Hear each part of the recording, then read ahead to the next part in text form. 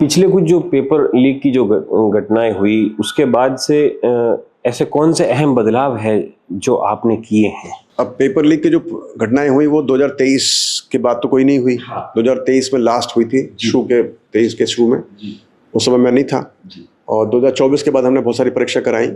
और हमारे पुराने जो चेयरमैन थे साहब, उन्होंने भी काफ़ी प्रयास किए थे कि भाई ये कितना कम से कम किया जा सके, और फिर उसी को मैंने आगे बढ़ाया और कई सारे बदलाव किए, जिसके बारे में मैंने पहले बता चुका हूँ मीडिया पर भी कि प्रश्न पत्र को कहाँ से बनवा रहे हैं उसको नहीं बताना, और बहुत ही सीक्रेट से तरीके से बनवाना, और सीक्रेट जगह से प्रिंट करवाना। और मैं तो कई सारे पेपर बनवाता हूँ, कई सारे प्रिंट करवाता हूँ, और कई सारे फिर पहुँचते हैं ट्रेजरी में, और फिर कौन सा पेपर परीक्षा वाले दिन जाएगा वो लास्ट मिनट तक एक सरप्राइज रहता है सभी के लिए।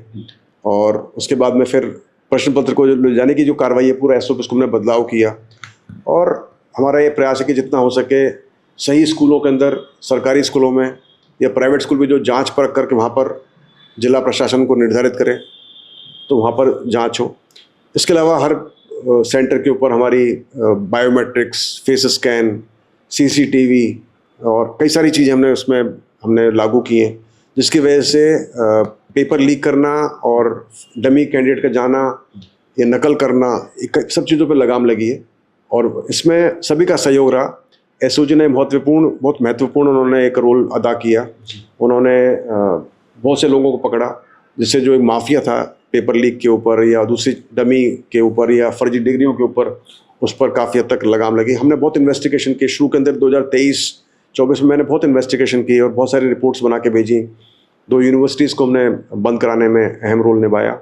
और इस सब के चलते सभी को भरोसा होने लग गया कि हम प्रयास कर रहे हैं। और फिर जो हमारे 38 जिला प्रशासन है, उनका बहुत ही इसमें अहम रोल रहा, क्योंकि उन्होंने भी ग्राउंड पर जो काम करते हैं वही करते हैं। हम तो यहाँ से पॉलिसी बना के भेजते हैं, मगर एग्जीक्यूशन ग्राउंड पे वो करते हैं।